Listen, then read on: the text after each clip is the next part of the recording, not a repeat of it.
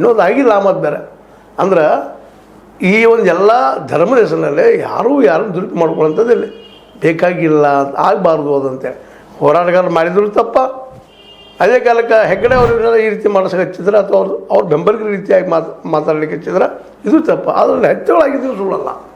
ಈಗ ಹೇಳಿದ್ದೀನಿ ನಿಮ್ಗೆ ಆರಂಭದಲ್ಲೇ ವೇದವಲ್ಲೇ ಆಯಿತು, ಪದ್ಮಲತಾ ಆಯಿತು, ಅದರ ನಂತರ ಬಂತ ನಮ್ಮ ಯಮುನಾ ಅವರು ಆಯಿತು, ಅದರ ನಂತರ ಆನೆ ಮಾವತ ಆಯಿತು, ಅನೇಕ ದಲಿತರ ಭೂಮಿಗಳು ಇದ್ದಾವೆ. ಸೋಮನಾಥ್ ನಾಯಕರು ಹೋರಾಟ ಮಾಡ್ತಾ ಇದ್ದಾರೆ ನಿರಂತರವಾಗಿ ವಿತ್ ಡಾಕ್ಯುಮೆಂಟ್ರಿ.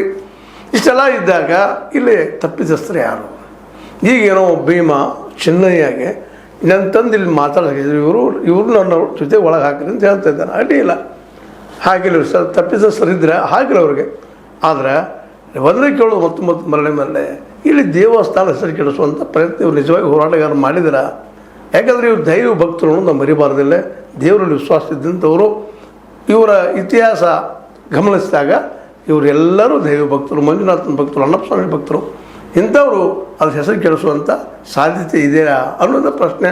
ಜೊತೆಗೆ ಇನ್ನೊಂದು ದೊಡ್ಡ ಮುಖ್ಯ ಪ್ರಶ್ನೆ ಏನಪ್ಪ ಅಂತಂದ್ರೆ, ಹೆಗ್ಗಡೆ ಅವ್ರ ಹೆಸರಿಗೆ ಕೇಳಿಸಿದ್ರೆ ಅಥವಾ ಅವ್ರನ್ನ ಆ ಸ್ಥಾನದಿಂದ ಇಳಿಸಿದ್ರೆ ಇವ್ರಿಗೆ ಆ ಸ್ಥಾನ ಸಿಗ್ತದನ?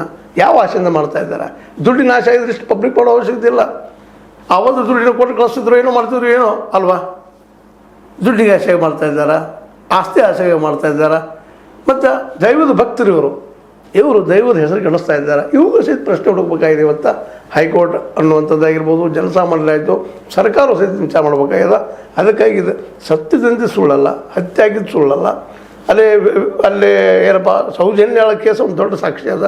ಅತ್ಯಾಚಾರ ಕೊಲೆ ಮಾಡಿದಂಥದ್ದು, ಅದು ಮಾಡಿದವ್ರು ಯಾರು ಅಂತ ಕೇಳಿ ತಪ್ಪ, ಕೊಂದವ್ರು ಯಾರು ಅಂತ ಕೇಳಿ ತಪ್ಪ. ಇದಕ್ಕೆಲ್ಲ ಉತ್ತರ ಯಾವಾಗ ಸಿಗ್ಬೋದು?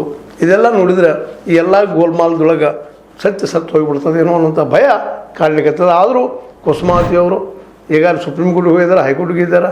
ಮತ್ತೊಂದು ಸಮಾಧಾನ ಏನಂದ್ರೆ ಈ